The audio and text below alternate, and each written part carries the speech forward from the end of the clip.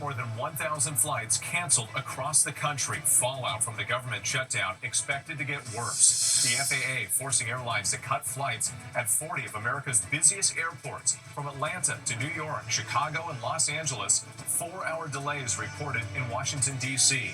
Passengers scrambling to rebook flights. The shutdown raising safety concerns amid the critical shortage of thousands of air traffic controllers. The shutdown day 38, the longest in history. Democrats tonight proposing a deal to reopen the government and extend Obamacare subsidies. Republicans calling it a non-starter. And 24 hours after a judge ordered the Trump administration to fully fund SNAP food benefits for more than 40 million Americans, tonight an announcement from the USDA. And what a court just ruled moments ago. The horrific crash of that UPS plane in Louisville, Kentucky. What we're now learning about the final seconds in the cockpit. The alarm sounding as the crew struggled to regain control of the plane.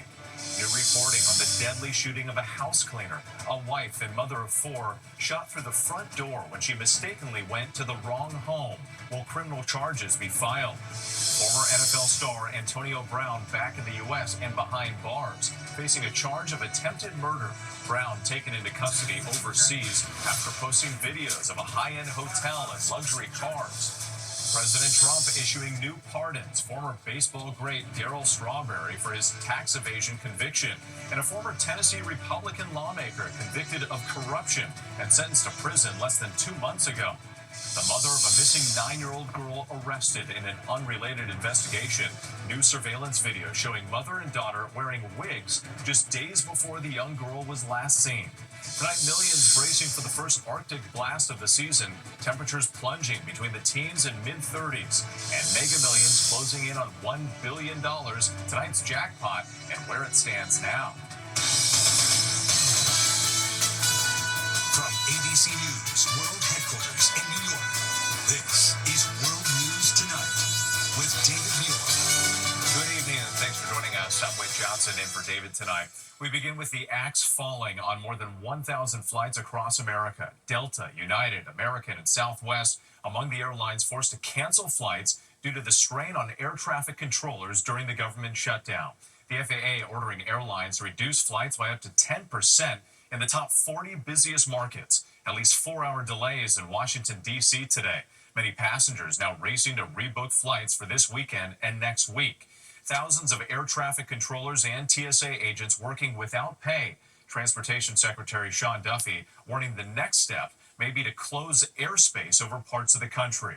ABC's Stephanie Ramos leads us off from Newark Airport.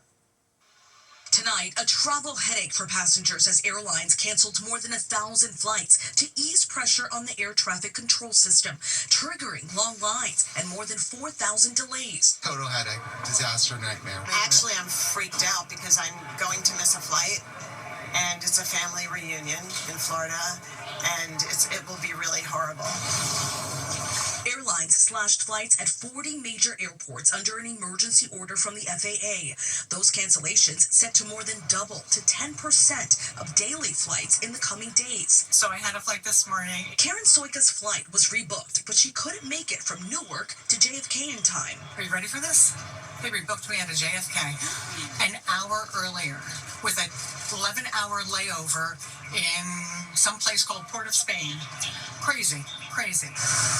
President Trump's Transportation Secretary Sean Duffy insists the drastic cuts are needed to relieve pressure as air traffic controllers work without pay and more call out sick. The controller seems more stressed. Those reports from pilots have gone up. There's been an increase in loss of separation. There's safe distances. We keep airplanes apart in the sky. Those numbers have gone up. Tonight, Duffy is defending the decision to cut air traffic. Some people have second-guessed what we've done. We have not politicized the airspace. We've been working incredibly hard to make sure that there's minimal disruption to the best of our ability to still keep it safe. With the holiday rush right around the corner, many passengers are worried air travel will only get worse and just want this shutdown over. It's just absolutely ludicrous. They have to do something. I mean, with the holidays coming, with Thanksgiving, there's no end in sight. The number of canceled canceled flights could be higher than expected. Passengers, though, will be eligible for refunds if their flight is canceled and they choose not to fly. Major airlines are also waiving change fees for passengers if they're looking to switch their flights. Whit. And we're seeing that growing frustration. Stephanie, thank you. And late today, Senate Democrats floating an offer to end the government shutdown, but Republicans so far rejecting the plan, extending the stalemate. The Trump administration also pushing back against a judge's order to fully fund SNAP benefits immediately for more than 40 million Americans as lines grow at food banks across the U.S. The USDA making an announcement and what a court just ruled moments ago. ABC's Rachel Scott on the Hill tonight.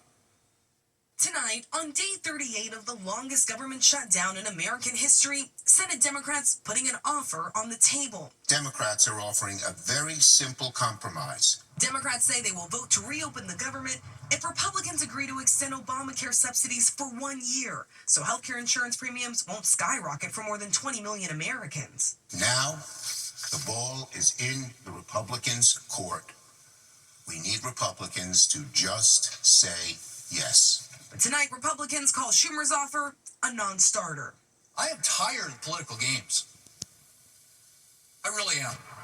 Meanwhile, hundreds of thousands of federal workers missing one paycheck after another, and 42 million recipients of food benefits, known as SNAP, worried about going hungry. Thanksgiving is coming up. I don't know. I'm just praying. In Cleveland, Ohio, 75-year-old Diane Howard receives just $63 a month from SNAP, but she makes that money stretch. $3 buys her 4 cans of corn at a discount grocery store or 2 boxes of spaghetti. Without it, she doesn't know what she'll do. I'm trying to hold on to God's hands in His grace and His mercy. But it's so hard. The Trump administration had refused to dip into emergency funds to pay out full SNAP benefits, waging a legal battle in court. But overnight, a federal judge ordering them to pay up. And late today, the Department of Agriculture saying they will comply with the judge's order. The Trump administration tried to appeal that ruling, but just moments ago, we learned it was rejected by a federal appeals court. And tonight, we are learning that SNAP benefits have been fully funded in at least 9 states. Whit. And as you pointed out, no end in sight on this shutdown. Rachel Scott for us. We appreciate it. We do move on now to the new clues emerging in that fiery crash of a UPS plane in Louisville, Kentucky. The final seconds in the cockpit, the alarm sounding as the crew struggled to regain control of the plane. As we learn more tonight about the victims, including a grandfather and granddaughter who lost their lives. Here's ABC's Matt Rivers. Oh my God! Tonight, after one of the worst cargo plane crashes in history, we're learning more about the crew's final moments from the plane's cockpit voice recorder. About 37 seconds after the crew called for takeoff thrust, a repeating bell was heard, which persisted until the end of the recording 25 seconds later. NTSB board member Todd Inman says as that alarm blared in those final 25 seconds, the crew tried in vain to control the aircraft. 3 full days after this crash, and you can see the scene still blocked off by authorities. Multiple federal agencies still on site here, trying their best to figure out exactly what happened. Crews searching the half-mile path of destruction, still putting out spot fires, as the community honors the victims. UPS flight crew members Captain Richard Wartenberg, First Officer Lee Truitt, and International Relief Officer Captain Dana Diamond, and Luis Nesfedon, the father of 4, was at the scrapyard with one of his 3 grandchildren, 3-year-old Kimberly Asa, when that plane tragically ended their lives. And as this investigation continues tonight, the first class action lawsuit has been filed against UPS, General Electric, and Boeing on behalf of the businesses and families affected by this deadly crash. And we were thinking about those families tonight. Matt Rivers for us. Now to the new reporting on the deadly shooting of a house cleaner in Indiana. The wife and mother of 4 shot through the front door when she mistakenly went to the wrong home. Tonight, prosecutors weighing whether to file charges. Here's ABC's Aaron Katersky. Tonight, a family is demanding justice, and prosecutors are weighing charges after the horrific shooting death of a woman who showed up to clean the wrong house. Police say Maria Florinda Rios Perez de Velasquez, a mother of 4, arrived at the wrong address in Whitestown, Indiana, just before 7 Wednesday morning. Authorities say the homeowner shot her through the front door. She died in the arms of her husband. I never thought it was a shot, her husband says. I realized when my wife took 2 steps back, she looked like she'd been hit in the head. She fell into my arms, and I saw the blood everywhere. Police have not identified the shooter. Indiana has a strong stand-your-ground law that allows deadly force when there's a reasonable belief it would prevent a home invasion. But neighbors aren't so sure it applies here. It shouldn't have happened, you know. Don't shoot first, ask questions later. I talked to the prosecutor today when he conceded he has a difficult decision to make. He's weighing whether that homeowner was reasonable in using deadly force, believing the cleaner could have been an intruder. Just an awful case. Aaron Katursky for us. Thank you. Next tonight, President Trump issuing new pardons. Former basketball great Darryl Strawberry for his tax evasion conviction, and a former Tennessee Republican lawmaker convicted of corruption, including money laundering and conspiracy. Let's get right to Mary Bruce at the White House. Mary, what can you tell us? Well, President Trump has pardoned baseball legend Darryl Strawberry after he pleaded guilty to tax evasion charges 3 decades ago. The White House saying the 4-time World Series champ for the Mets and Yankees served time and paid back taxes, also noting his Christian faith and sobriety. The president is also pardoning the former Speaker of the Tennessee House of Representatives, Republican Glenn Casada, just weeks after he was sentenced to prison on public corruption charges. Casada now just the latest in a string of elected officials brought up on corruption charges to receive clemency from Trump or see their cases dismissed, including former Congressman George Santos and New York City Mayor Eric Adams. All right, Mary Bruce, our thanks to you tonight. Now to former NFL star Antonio Brown, arrested overseas and returned to the U.S. to face a charge of attempted murder. He's accused of opening fire and wounding a man after a fight outside a celebrity boxing event in Miami. ABC's Victor Oquendo reports. Tonight, former NFL star Antonio Brown, now behind bars in New Jersey, awaiting extradition to Miami on an attempted murder charge. Overnight, authorities saying U.S. Marshals took Brown into custody in Dubai, ending a months-long manhunt. He was at Dubai. We knew this because of his videos. Brown recently posting this video at a hotel in Dubai as part of a brand partnership with a crypto gambling platform. A video showing the moment back in May when police say Brown was armed with a gun and chased after a man he'd just fought with outside a boxing event and opened fire. The man suffering a graze wound in the neck. A day after that shooting, Brown claimed self-defense, saying, regarding the boxing event that happened last night, I was jumped by multiple individuals who tried to steal my jewelry and cause physical harm to me. I will be talking to my legal counsel and attorneys on pressing charges on the individuals that jumped me. Authorities say Brown then left the country. Brown retired in 2024, his NFL career largely overshadowed by his legal troubles. If convicted, a second-degree attempted murder charge carries a maximum 15-year prison sentence in Florida. All right, Victor, thank you for that. Now to a case that's made national headlines. The mother of a missing 9-year-old girl is now under arrest in Santa Barbara County, California. Authorities say it's not directly related to the search for her daughter, but the sheriff also releasing new surveillance video showing the two wearing wigs at a rental car agency just 2 days before her daughter was last seen. Here's ABC's Matt Gutman. Tonight, nearly a month after authorities began a frantic multi-state search for missing 9-year-old Melody Buzzard, last pictured in this surveillance video appearing to be wearing a wig. The Santa Barbara Sheriff's Office arresting her mother on charges indirectly related to her daughter's disappearance. The arrest comes just a day after authorities released that video showing the 9-year-old along with her mother, Ashley, renting a car on October 7th. Authorities say the pair then drove nearly 1,500 miles to Nebraska and then turned around. At one point, Ashley even changing the rental car's license plates. The indications are that the license plate was switched to avoid detection. We don't have any other plausible reason for why Ashley would have switched the plates. Police say the mother returned the rental car on October 10th with the original plates back on, but without Melody. Investigators tell me that so far, Ashley, the mother, has been uncooperative. She's being held on a $100,000 bail. And authorities say at this point, their chief goal is to find Melody safe and they're asking the public for help, Whit. Yeah, so many desperate for answers. Matt Gutman, thank you. Tonight, millions are bracing for a drastic change in temperature. A cold blast from the Midwest, the Deep South to the Northeast. Temperatures between the teens and mid-30s. Let's get right to Chief Meteorologist Lee Goldberg from our New York station WABC. Lee, what can we expect? We begin with some rough weather in Nashville tonight. There's a tornado watch, parts of Tennessee, Kentucky, into parts of Alabama. That's still 10 o'clock. Now to the winter wake-up call in the east. It's actually a really mild weekend, but Arctic air comes in on Monday and Tuesday, and we could have some record cold in the deep south. Look at 30s in New York and 20s in Chicago.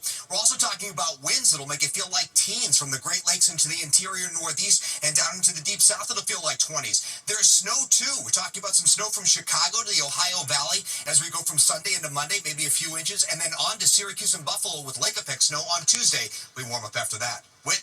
All right, we'll brace for that. Thank you, Lee. Appreciate it. When we come back, the death of a giant in the world of science. And more trouble for former NFL quarterback Mark Sanchez. The decision over his TV job roughly a month after an alleged back alley fight that left him fighting for his life.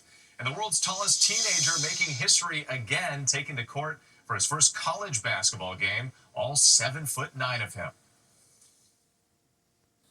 Next tonight, former NFL quarterback Mark Sanchez now out of a job weeks after a violent altercation in Indianapolis. Fox Sports announcing Sanchez is no longer an analyst at the network. Prosecutors say last month Sanchez was stabbed in the chest after attacking a truck driver outside a hotel. He faces a felony battery charge and remains free on bond. The Farmer's Almanac is publishing its last edition after a 208-year run. Gardeners and farmers have relied on the almanac since 1818. The page is filled with weather predictions, tips for gardening and fishing, as well as bits of wisdom, trivia, and folklore. The 2026 edition, which is out now, is its last. The book, not to be confused with the old Farmer's Almanac, which remains in production. When we come back, the world's tallest teenager takes to the college basketball court. To the index now, a passing to note tonight. He was a pioneer of modern biology. James Watson has died. Watson was one of the scientists who discovered the double helix shape of the DNA molecule. The breakthrough earning him and his team a Nobel Prize in 1962. Watson's family revealing he died in hospice care after a brief illness. Watson was 97. The world's tallest teenager now taking his talents to the hardwood. 19-year-old Olivier Rioux clocks in at 7 feet 9 inches. He made his big debut on the college basketball court. He suited up with the Florida Gators as a center on Thursday. While he did not get his hands on the ball, the Gators did go on to defeat North Florida 104-64. Well, the fortune is on the line for tonight's massive Mega Millions drawing. $843 million with a $392 million cash option. The grand prize is now the 8th largest prize in Mega Millions history. Good luck. Still ahead, America Strong. One teacher offering a helping hand like no other, the special gift for one of his students. Finally tonight, America Strong, the teacher and the life-changing gift. Tonight in Glasgow, Kentucky, south of Louisville, a remarkable gift from a teacher to a student in need. 9-year-old Jackson Farmer in the 4th grade was born without his right hand, but his family tells us he's always been determined to not let life's obstacles get in the way. Always with a smile on his face and a positive attitude, Jackson never quite finding the right prosthetic hand, one that would help him hold things and one insurance would cover. It's something his teacher at Red Cross Elementary, Mr. Scott Johnson, noticed too. So Mr. Johnson got to work. With the okay from Jackson's family, he started researching online and reaching out to the prosthetic community, developing a prototype. And incredibly, after some 25 hours to print on the school's 3D printer, 4 hours to assemble, and just $20 worth of materials, Mr. Johnson was ready to surprise Jackson with his new hand.